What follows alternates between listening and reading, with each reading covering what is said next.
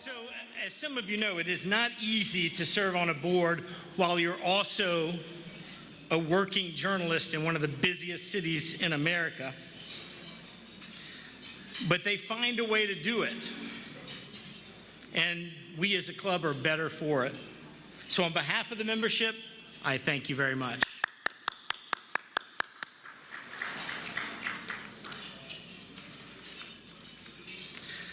So I'm grateful as well for our tremendous APC staff.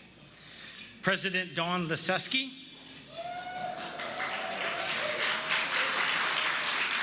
Membership and Program Director Sheena Roatman, and our former president and now consultant, Lori Strauss. So, as you can probably see, this event is huge. It's an important undertaking for the club, and they manage it with grace and sheer enthusiasm for these inductees tonight. So thank you so much for your devotion to this evening. And I would like you to stand to be acknowledged. Go ahead, stand. Lori, Sheena, Dawn.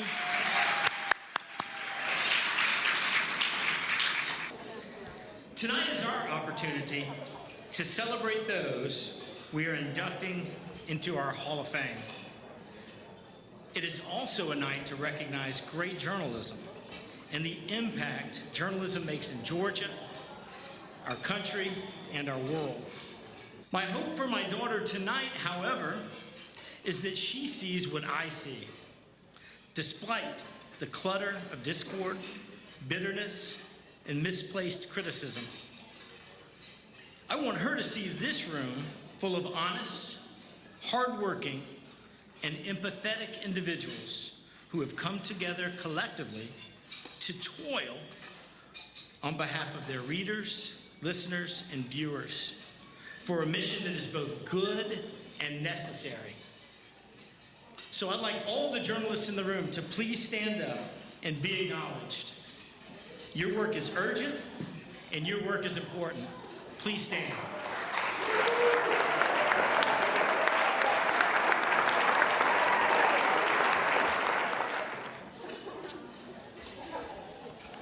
It is now my pleasure to introduce our MC for the evening. Speaking of a terrific individual and journalist, Pat Media, as both a journalist and an Emmy Award-winning and Oscar-nominated producer, to tell women's stories and increase the representation of women on screen and off. She later transitioned to an executive role, becoming the president of CNN Productions. She was the first female president and CEO of PBS and the Paley Center for Media. Today, she has continued her commitment to connect and strengthen a global community of women leaders by serving as a conference curator, advisor, and mentor. Pat is writing a memoir called Becoming a Dangerous Woman, Embracing a Life of Power and Purpose. The book will be published in 2019. I'm sure she would be thrilled for you to pick up a copy. Please welcome to the stage with a warm press club greeting, Pat Mitchell, RMC. Thank you.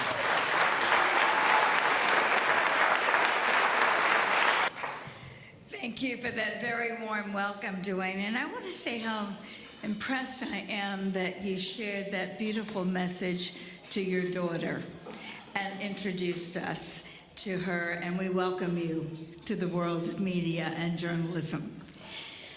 Becoming a dangerous woman took me 75 years. I hope it doesn't take you quite that long.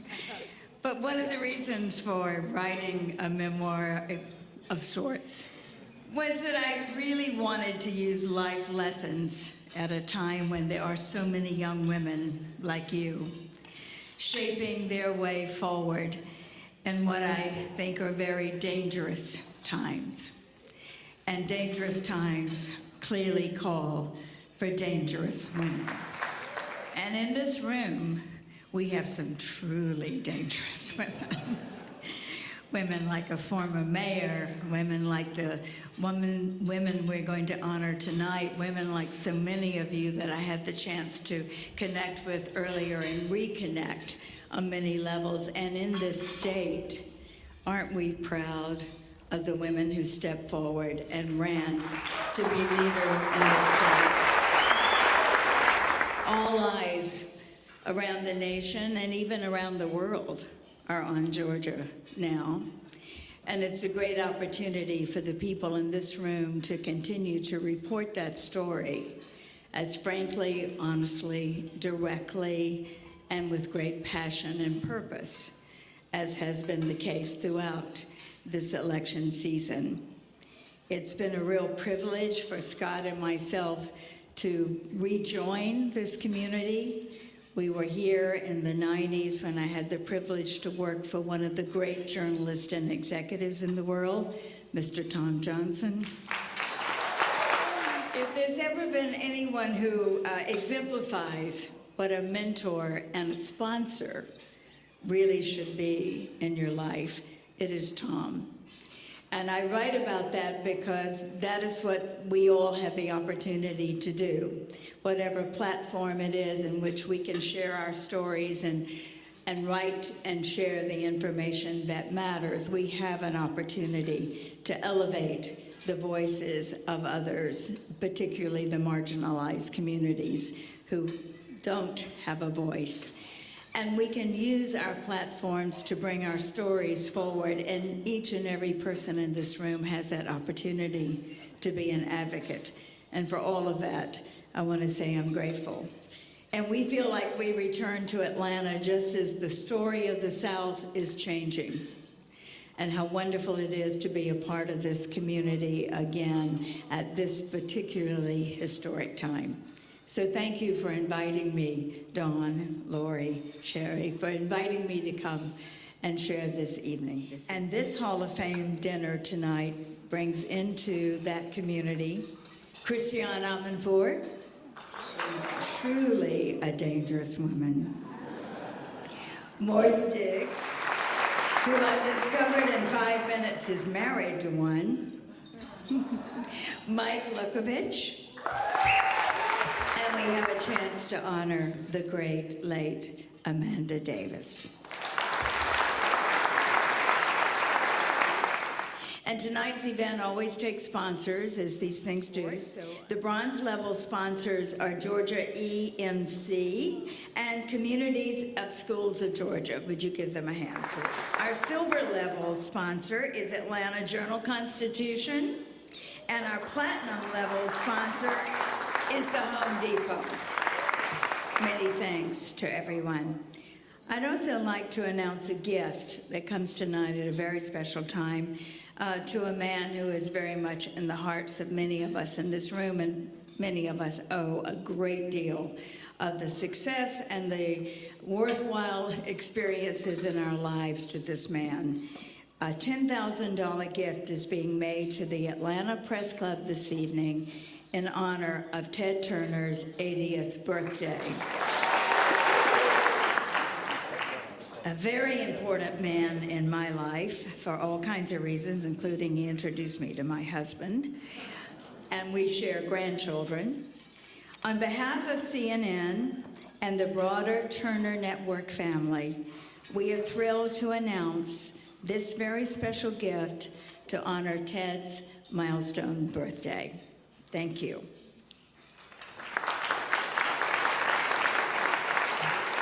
As many of you probably know, tomorrow is his 80th.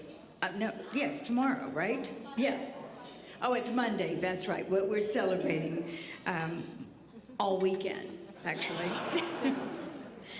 There's another series of special thank yous. One is to the Southern Company and the Georgia Power Company because they sponsored the VIP reception. So thank you very much. And this evening's title sponsor is the Coca-Cola Company. And how many of us owe so much in this community to the generosity of this company. And we want to thank them for making this evening possible. And we'd like to honor them by asking you to enjoy this video from the company. We may be one of the world's most familiar companies, but we make more than our name suggests.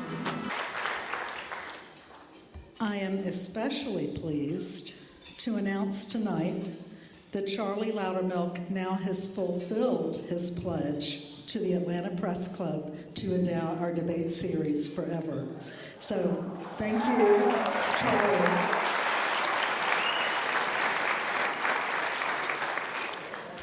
Because he deserves a lot of thanks. Tom Johnson had a lot to do with that, so thank you, Tom. The Loudermilk Young Debate Series has become a signature contribution of the Atlanta Press Club. Just this year, we have put on 38 debates between the primaries and the general election debate in a partnership with Georgia Public Broadcasting. The Atlanta Press Club and Georgia Public Broadcasting have been partnering on debates for more than 25 years. And we believe it is our responsibility to give voters an opportunity to better understand their choices before voting for elected officials. I have to thank the debate committee, and I know several members of the debate committee are here, Georgia Public Broadcasting, the Atlanta Press Club Board, Lori Strauss, who coordinated our debates this year, Don and Sheena, who were invaluable for helping put them on, and as I said, Tom Johnson, and especially all the journalists who served as panelists for our debates. The naming of the Loudermilk Young Debate Series is not an accident. The friendship of Charlie Loudermilk, a conservative white Republican businessman, and the friendship with Andrew Young, a liberal African-American Democrat and public servant, symbolizes what we stand for, the ability for people with different political views to have civil discourse. I'd like to give a special recognition to Charlie Loudermilk, who endowed this debate series and is celebrating his 91st birthday today. Happy birthday, Charlie. And by the end of 2018, the Loudermilk Young Debate Series will have hosted 99 debates since Loudermilk's pledge in 2011. The Atlanta Press Club has hosted debates since the early 90s, providing unprecedented coverage across multiple media platforms of political races, the candidates, and the issues. The Loudermilk Young Debate Series is just another in a long list of contributions that these two icons have made to the city of Atlanta. And on behalf of the entire community, the Atlanta Press Club salutes and thanks you both, Charlie and Andy, for your friendship, your lifetime of service, and your contributions to our community. There's probably no better example of why Atlanta is such a great community to live in than that debate series, that coming together of Charlie and Andy and what that means in this community. So it's great to know that it will go on. Thank you, Maria, for your leadership. Now it's time to turn to our Hall of Fame inductees. And certainly our first inductee is to follow up with the words from the video, an icon. And to introduce her is another. This gentleman was an executive that I had the privilege to work alongside at CNN. He helped launch and lead CNN under the direction of his mentor and mine, Tom Johnson. He also created a news online portal called Now This. He helped launch and support the Malala Fund, and he's gone on to do more incredibly innovative and entrepreneurial adventures in the world. Please welcome to the stage, Eason Jordan. She is courageous, she's tough, and she is tenacious. Christiane Amanpour is one of the finest reporters ever, arguably the world's most famous, admired, and respected journalist. But she is not universally popular. Evildoers despise her because she fights for truth and justice, and she accepts nothing less. She cuts through the BS and cuts the BSers down to size. That does not sit well with liars, cheats, and loudmouths. They have demonized her, and they have threatened her. But Christian does not run, she does not hide, and she will not be cowed. To the contrary, she has more balls than any man.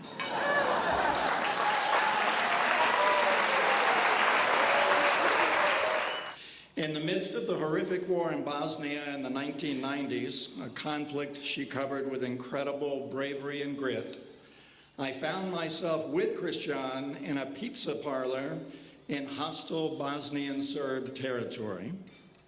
Also in that restaurant were menacing Bosnian Serb soldiers who detested Christian, army men at an adjacent table who repeatedly made throat-slashing gestures directed at Christian.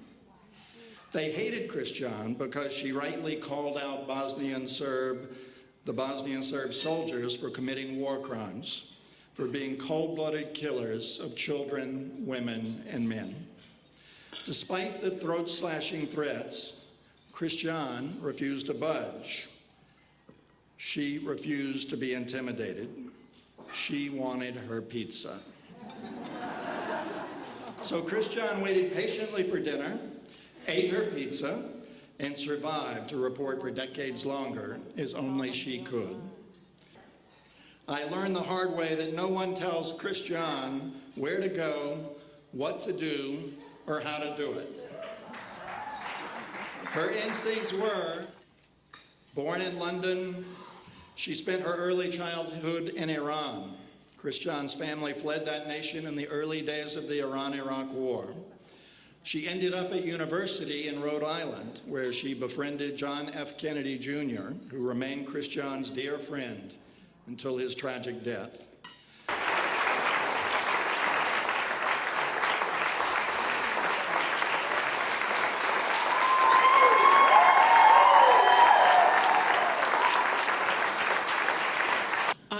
Thank you so much. Thank you, everybody, for having me here. This is really an amazing honor.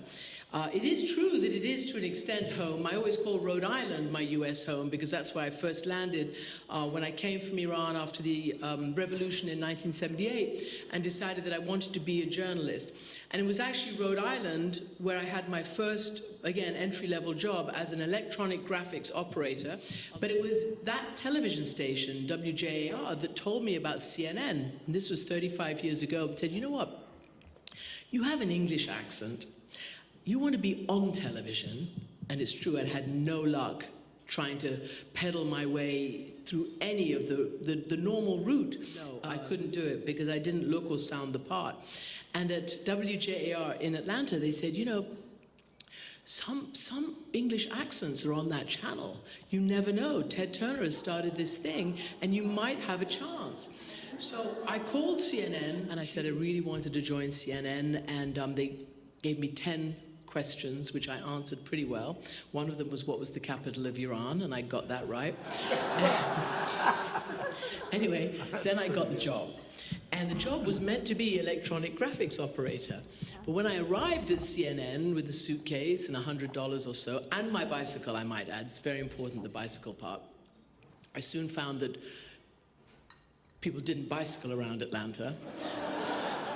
And I really, you know, came in for a lot of abuse, and I had a lot of road rage. But I got through that.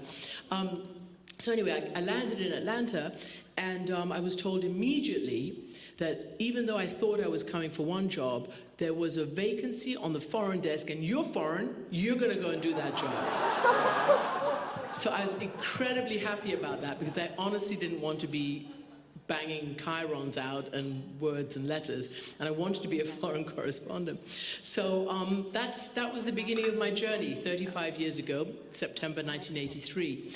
And it is fantastic to be back, because to be honest with you, there's a lot of people in this room who were there when I started, and I'm really happy that a lot of my CNN friends are here tonight, and that everybody who's responsible for me climbing up this ladder and doing, you know, what I really wanted to do is here tonight. So thank you very much to Tom Johnson, who was the president when I actually managed to be a foreign correspondent, who really kicked me over the line and over the threshold. and really set me on my way. Thank you to Tony Maddox and Mike McCarthy and Mira, if you're still there, for your current leadership. It's really great to have this opportunity to be CNN and take on this other amazing thing, PBS, right now, and to just keep sort of broadening interests and context and dimensions. I find that incredibly fortunate at my stage, my age, after doing all of this. It's great to always still, apparently, have new challenges. And I just wanted to say that at an event in New York a few weeks ago, I spoke about the lack of leadership in the world as we're seeing it right now, or the very fraught leadership that we're seeing all over the place, from here to Europe to further afield. And I said, you know, there's quite a lot of darkness. There really is, whether it's in the sexual misconduct of so many, even in our own industry, being toppled because of that, whether it's the very harsh politics, quite contrary to what we saw in this amazing debate series, where you can actually have opposing ideas and have different ways of doing your business without treating others as an enemy. And I wonder whether it's the idea that you can't seem in politics today to have a political difference, or in any field to have a difference without becoming enemies. And I wonder whether that, I was just thinking that at the table just now, whether that has created this tension between the media and the White House right now.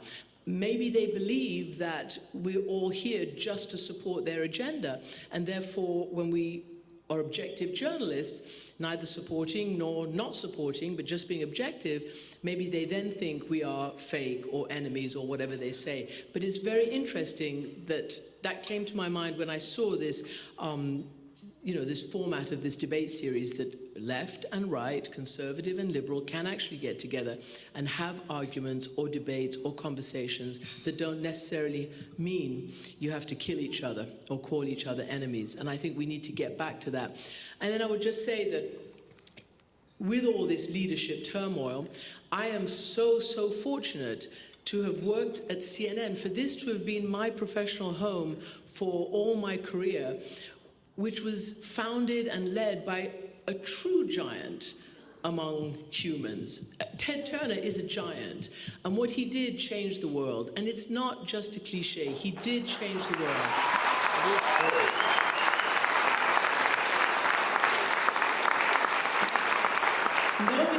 Nobody had done 24/7 television before, and everything that's come since has been a copy, and not a very good copy, of what Ted Turner founded. I would also say that he was so brave. He used his power as a leader to do good in every possible dimension, whether it was the Goodwill Games, when he tried to somehow ameliorate the tension between the United States and the Soviet Union, at the height of the Cold War. He believed in bringing people together, and that came into our bloodstream as well. We who work for him really believe in those things as well, the idea of tolerance, and to be able to understand the complexities of different religions, different politics, different ethnicities, different races, sexes, gender, everything. We got that on the job from Ted Turner, and it's a vital part of CNN's DNA to this day, and it's really, really important. He pioneered, as a private citizen, the idea of controlling rogue nuclear weapons with Senator Sam Nunn and Senator Richard Lugar, again, conservative and liberal, to create the Nuclear Threat Initiative. That's a big, big deal, and it really lowered the tension and lowered the danger around the world. He was the first of the great modern-day billionaire philanthropists. You know, after the Carnegies and the Rockefellers and the Mellons, there was Ted Turner. And there was first Ted Turner, and then there was Buffett and Gates and all the other people. Ted Turner did it first. He taught us something. He taught us about giving back. That also is in the DNA, certainly in my DNA, but in how I believe journalism should be. It's about giving, it's about public service, it's about, yeah, that's what it's about. And then the environment. Ted was the first of the major private citizens to pioneer care for our environment and care for our climate. And again, we learned that. And we learned at CNN that there might be deniers in all these areas, but the deniers are a very tiny minority, and we will never equate and create a false equivalence, a false factual or a false moral equivalence. There are a tiny, tiny minority of deniers, and then 99% of science on this side. And that's how we report. And we must never be confused by that. So I would just like to say thank you all for this wonderful honor. Great to be back in Atlanta. Thanks to all my CNN community and everybody here, and all the young women and many, many women who I've met here tonight. And I hope that, that people realize that this job, journalism, is a real valuable, noble profession. And without free, fair, independent, strong, brave journalism, there is no healthy democracy and there is no civil society. So, thank you very much indeed.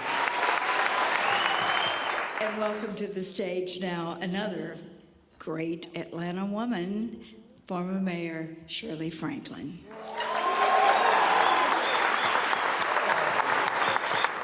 So I'll just say a few words about Morris Diggs. When you look at what he says about himself, he said he considers himself a wonderful, effective, and neutral journalist. But those of us whom have been the subject of his news coverage and investigation would question that. For years, he's been an eagle eye on every aspect of local government and state government, covering City Hall for 4 decades. He's covered the ups and downs of every mayor, going back to Maynard Jackson, and the early years of Maynard Jackson, an era beginning in 1974.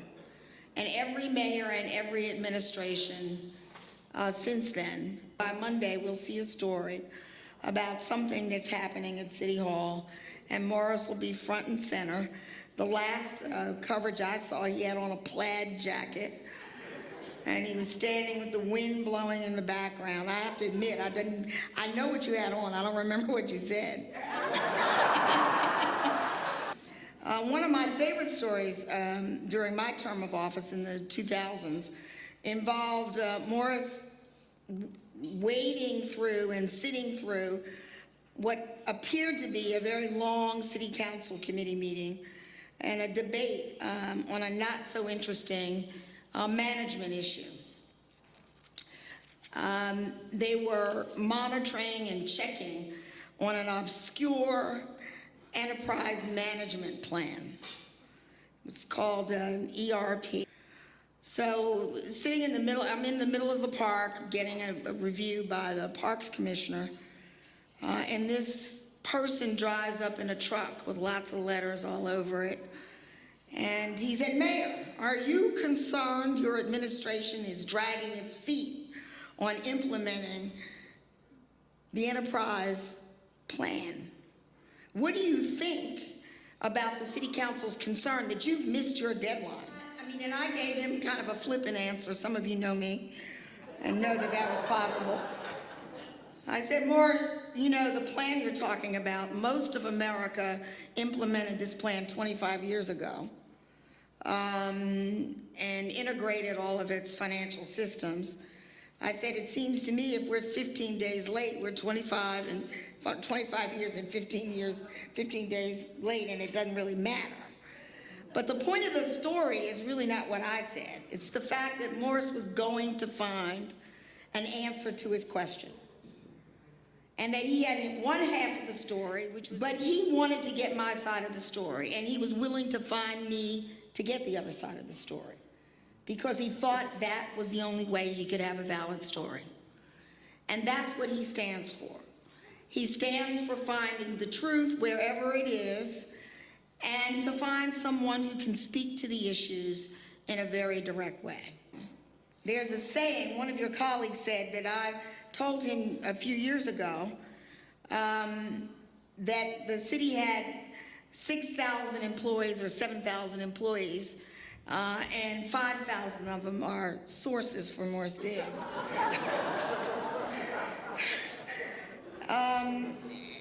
But why would he have so many sources?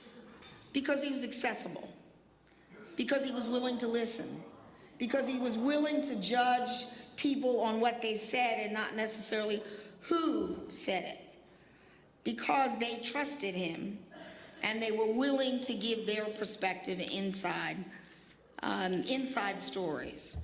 And is that the reason that I think he's a good journalist and why he is worthy of the honor that is being bestowed on him tonight?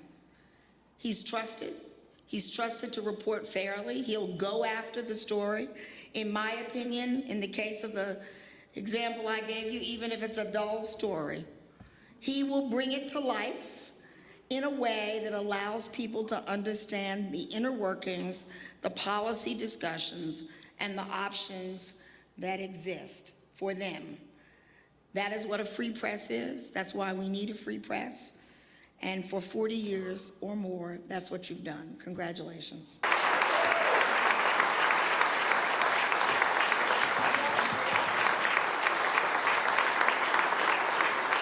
First, of course, my gratitude to one of my favorite mayors, Shirley Franklin, for introducing me.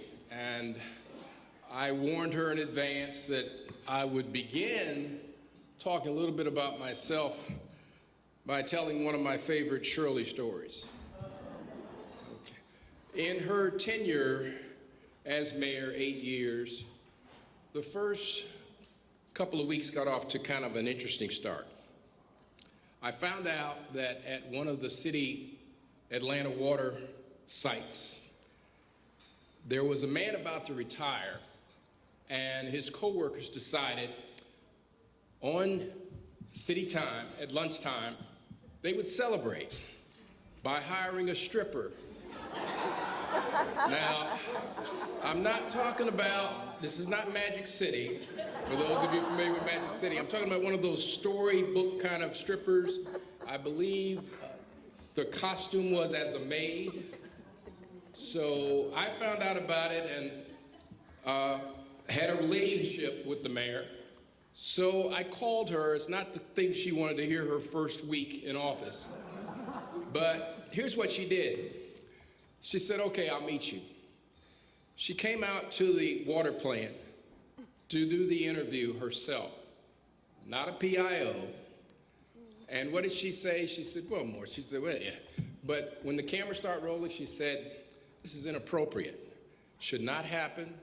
I'm going to look into it. It's okay if you have a celebration, but we can't do something like this. It'll never happen again. What did the mayor do at that point? She turned a possible 2-day story into a 1-day story because she said, I'll deal with this. And my relationship with her has been like that all during the time she was mayor. And I tell you, other chief executives could learn from that. So you all know her as Atlanta's sewer mayor. That's one of the things. One of my fondest memories is she was the mayor who took on the stripper. How did I get to Atlanta? Coming from Cleveland, Ohio, down to the South. He'll never know it, but a person who used to be a co-worker of Christian, Geraldo Rivera, had something to do with it. Here's what happened. I was working for a newspaper in Akron, and this is back in the 2020 days. Rivera came into town. There was a big story about corruption. He showed up at the courthouse. He had his own production company. He had his big van. He came in army fatigues. There were black paper all over the van. Rivera would swagger into the courthouse, and every employee stopped what they were doing. Well, he was there to do a story about a local judge who would do favors for female inmates if they did favors for him. It became a big blow-up kind of a story. I was right in the middle of it. And when 2020 decided to do their special on this corruption, Rivera, or one of his producers, did me the favor of putting my front page story above the fold on 2020. It was a tight shot. It showed my byline. And there's a city editor at the old Atlanta Journal who saw that story, gave me a call and said, would you come see me? I said, okay. So I come down south. I start working for the Atlanta Journal when we had 2 newspapers. So, as fortune would have it, a newbie at the paper, luck hit me again. The tragedy of the John Lennon assassination. I got a phone call, even though I was covering Maynard Jackson at the time. The killer was very involved with the YMCAs. I knew people who were very involved with the YMCA. So I got a phone call and they said, hey, did you know? I said, well, we got pictures of him. Send me the picture. So they sent me pictures, and those pictures, the day of the assassination or the following day after the assassination at nighttime, those pictures ran all over the country and all over the world. So the editors at the paper took some notice of that, and that helped, again, propel my career. So obviously, all of you have had similar situations where right place, right time, good fortune, who you know, and if the folks will give you that call, as the mayor mentioned, it helps a great deal. So I'm at the paper for less than 2 years. I get a call from Channel 5, and they, frankly, I'll tell you, I heard from the news director at the time who said, we have been having our meetings. We see you break the stories at the Atlanta Journal, what was called the Blue Streak. And frankly, we want you to come over here because we're busy following your stories. And we'll teach you the television part of it. You guys remember Jim Axel? Okay, Jim Axel was assigned another newbie. That was me, I'm newbie again. So he takes me under his wing and showed me the ropes. I've worked very, very closely with a number of people. My Fox 5 family is over there now. Dale Russell and I tag teamed at different points on different stories. So I started into that, but my main focus has been the mayors and what's been going on in the center of the city. Just a couple of other things. I got a phone call during the '96 Olympics. It was about 1 o'clock in the morning, and you know where I'm going. And first, when you get that phone call, there's been a bombing there, I'm thinking, well, somebody's pulling my leg, but it was a phone call from a director. That was a time that every city leader had to figure out how to put Atlanta back in order. Andy Young, I can remember at that time, trying to strike exactly the right tone there in terms of getting the games back on track. He has been someone that, while his term of mayor, I had a chance to travel with him to different places as he was trying to, the saying, make it rain for Atlanta companies, in terms of watching him go to different heads of state, and he was treated like an international rock star. So there was a time there in which I got that kind of variety in the coverage. We can also use our profession to help out the person with no power.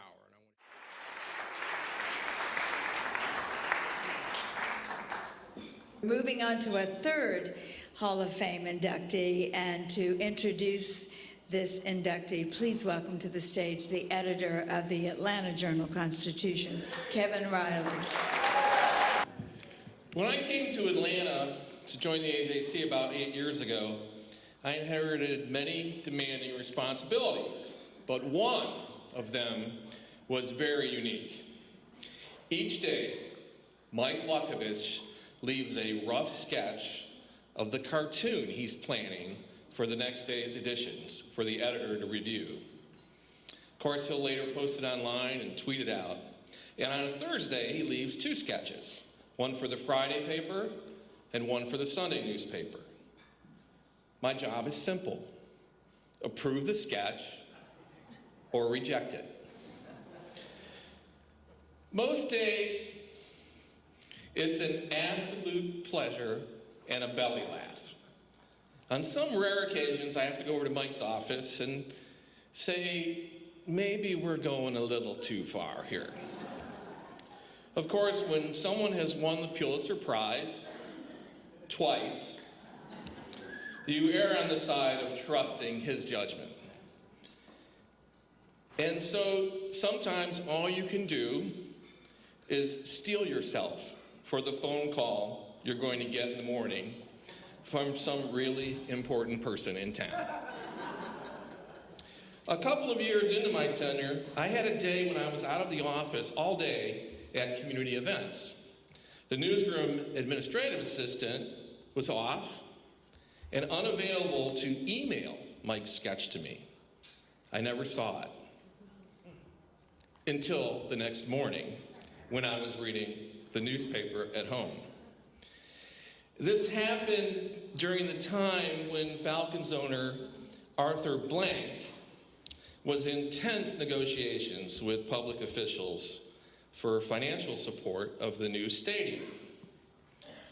Here's the cartoon. After spitting out my coffee,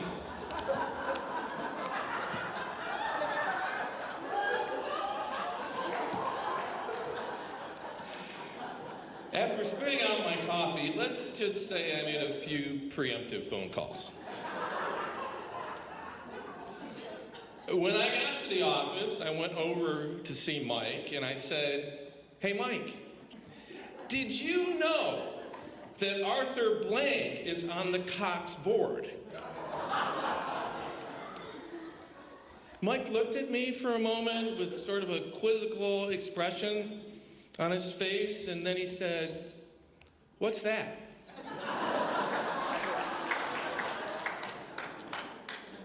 And so that is life with Mike Lukovich at the AJC. When we were developing television commercials to promote the AJC, Mike hung out and watched me struggle before the camera to remember my lines when we shot in the newsroom. The next day, this showed up on my desk. To which I said to Mike, "You know, I am the boss, Mike." Mike has the ability to make you laugh at things while making this cartoon. This is actually the mural of the famous college football coaches at the College Football Hall of Fame downtown. Mike was commissioned to produce it. So that guy on the lower right helping carry Georgia's Vince Dooley, does he look familiar to you? Let's just call it the portrait of the artist as a young fan. You'll recall this cartoon about Jimmy Carter when the former president was being treated for cancer. But it was the reaction to that cartoon that tells the real story. After seeing his cartoon, people had these signs produced. They lined the streets as President Carter returned home from his treatment. And as we know, the president recovered. Ladies and gentlemen, Mike Lukovich.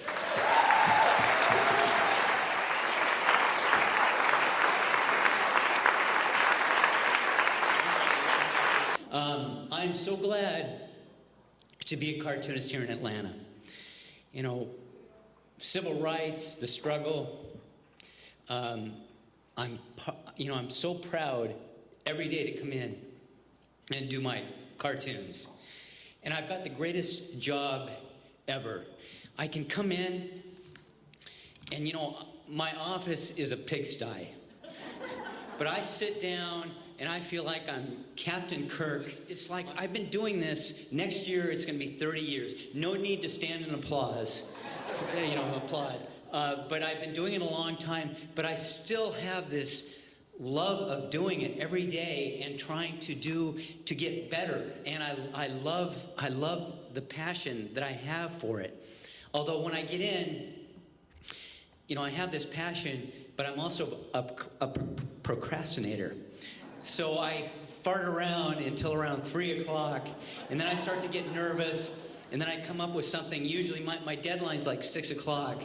So I don't pencil anything in when I draw. I just draw really, I show my sketch to Kevin and to my good friend Andre, my editorial page editor, who has been so great to me.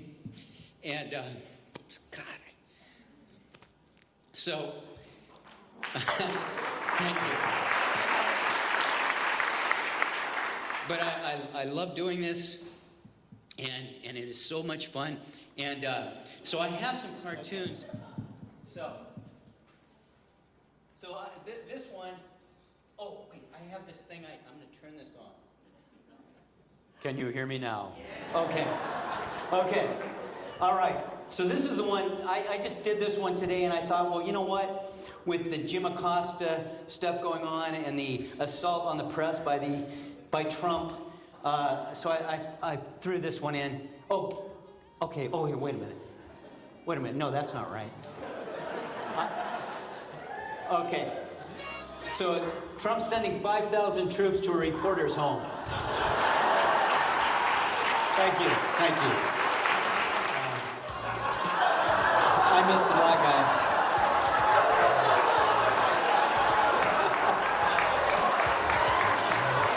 So this one I really liked, and I was thinking, oh crap, they're probably going to say no to it, but they let me do it, and so this was just a couple of weeks ago.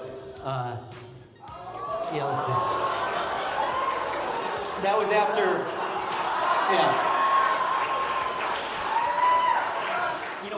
Here at the AJC, I don't know if, how many people realize this, but at the AJC it's really funky. And there's a mirror ball in the newsroom, and there's just like people just getting crazy. So this is how I normally do a cartoon. So you weren't expecting this, were you guys? Okay. A little louder, Jason, if you could.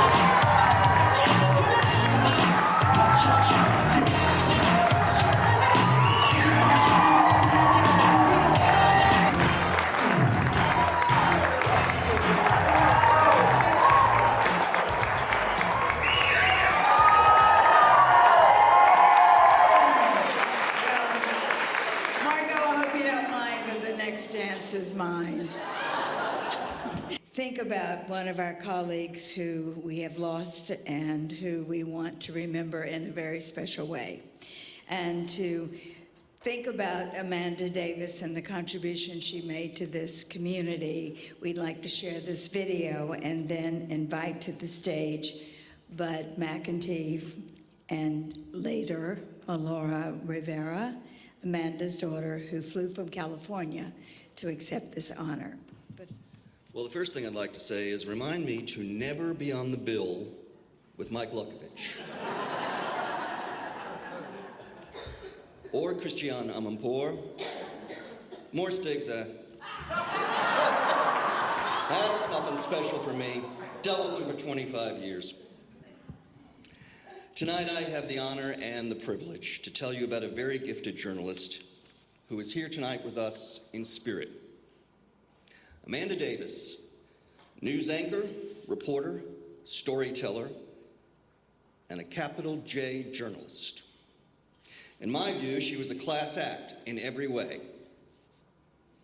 Amanda's journalistic legacy stretches across 3 of Atlanta's television stations, beginning at WSB, followed by more than 25 years at WAGA TV, which you now know as Fox 5, and finally, WGCL. I got to know and work with this remarkable woman for more than 20 years. She was the real deal. She was genuine and she was smart. She was authentic and she was beautiful, always willing to take chances, and we put our faith in each other more than once. Let me share with you a few things you might not know about Amanda. Way back in 1992, I told her that I was reassigning her to anchor a morning newscast on Channel 5. Back then, WAGA was a CBS affiliate. Amanda was more than willing and seemed excited until I told her the broadcast would air opposite 2 little programs called The Today Show and Good Morning America. In other words, this wasn't designed to be your standard and predictable local morning newscast, full of the previous day's news and a recitation of the overnight police blotter. I also told her that if we were successful, chances were good the broadcast might grow into a second hour. At the time, it was 7 to 8 a.m. And I casually mentioned that a lot of the broadcast would be spontaneous, fun, informative, and she would have to fly without a script on occasion. Well, what I didn't know until much later was that Amanda was terrified of ad-libbing. She had done some during live shots, but that was just for a few minutes at a time. But what I also didn't know was that her co-anchor and culprit, Paul Osmond, well, he was concerned because as a weather dude, he never had to read copy off a teleprompter. So they made a deal, unbeknownst to me. Paul would teach Amanda how to ad-lib. Amanda would teach Paul how to read a teleprompter. Amanda did very well, and so did Paul. Bingo, we had a successful match. We launched a little 1-hour newscast you might have heard of, Good Day Atlanta. By the time I left in 2010, we almost created All Day Atlanta. It's 5.5 hours long, Monday through Friday. Amanda was absolutely critical to Good Day Atlanta's success. So was Amanda's daughter, Melora, who you will hear from in just a few minutes. Amanda was a single mom, and that meant Melora had to get up before the sun so she could accompany Mom to the television station. Melora would become a fixture in our studio, in the green room, sleeping on the couch until the end of the broadcast, when Melora would then be whisked off to school. Melora, on behalf of all of us crazy Good Day Atlanta loyalists, we thank you for being such a good sport. The experience, I'm sure, convinced you to stay far away from the nutty news business. Amanda transferred her ad-libbing skills. She'd be on the phone chasing down leads when some crazy news director I know was occasionally heard yelling, "Amanda, get to the set." Amanda would calmly shush me, finish her call, and then rush to the anchor chair, where she would often break news as a result of her phone calls that she had made to sources. I don't know if she had 5,000 of them, but she had a lot. Amanda embraced opportunities, such as reporting from President Obama's inauguration. If Amanda were here today, she would be the first to admit she was not perfect. She had her challenges. Don't we all? But in the end, Amanda faced the facts. She got help, told her story about her battle with alcoholism. I can't imagine it was an easy decision for Amanda to tell her story before thousands of people. But I have to believe Amanda's gutsy and courageous decision to open up and share her own struggle provided some sense of hope and encouragement for those folks who face similar struggles today. I say bravo, Amanda. In a moment, it will be my pleasure to introduce Amanda's greatest accomplishment, her daughter, Melora. Melora and her grandmother, Mary, Amanda's mom, are with us tonight to join the celebration of Amanda's induction to the Hall of Fame. Mary and Melora, it means so much to all the journalists in Atlanta that you are both with us tonight. I know we all wish your mom and your daughter were here in the room right now, but I know she's here, and I know that she will always be in our hearts.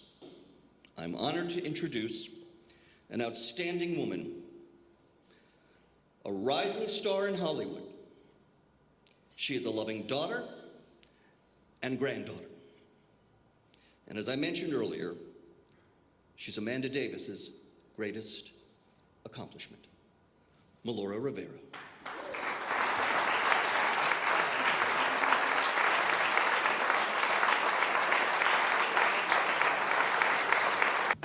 Thank you to the Atlanta Press Club, all the sponsors, everyone who helped organize this event. Don, Lisa, thank you. All the board members. I actually started, one of my first jobs was at Southern Company, so thank you to the Southern Company. Tonight has been beautiful, and I'm really honored to be with you all. I haven't spoken publicly since the service, really, about my mom, but it's great to be back and in a room like this. Growing up, as Bud told you, I spent a lot of time in the newsroom, so my mom's work family became my family very quickly.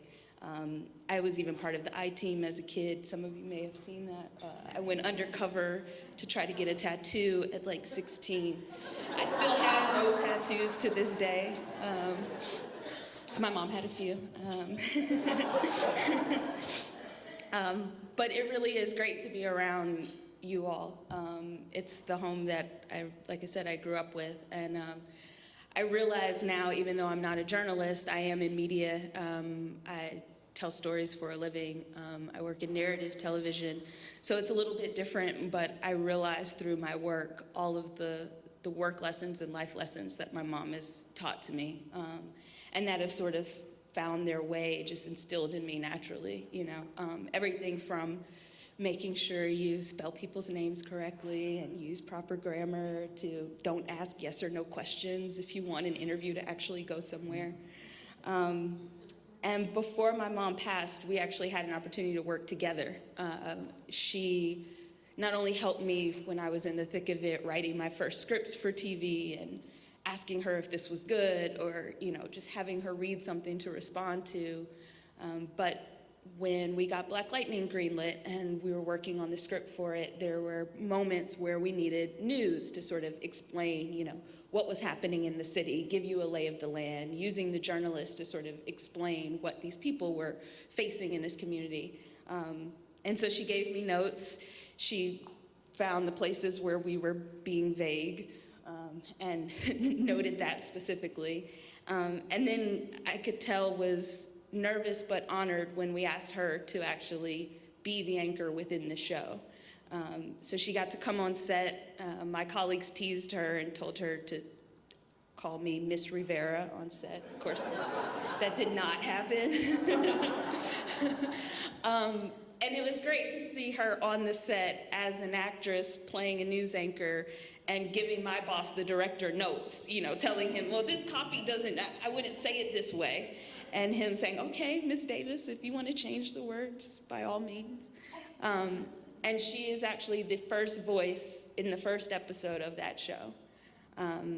She went on to be in, I think, a total of 7 of our first 13 episodes. The whole Warner Brothers family got to know her. There are crew members on that show who still well up with tears every time they see me because they remember her energy on set and they know who she was in this city, but more than that, got to know her, you know, personally in that moment. And I got to put her in a time capsule, you know? I got to put her in this show that will live forever. And for me, that's really special and important. And to see both our names within the credits of the same show is pretty special and remarkable.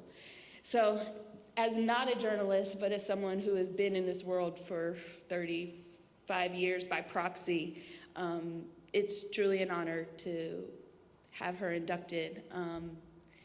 You know, as Bud mentioned, my mom had her struggles. There were some tough years, but I know that a lot of that was really a result of not being able to see herself, you know?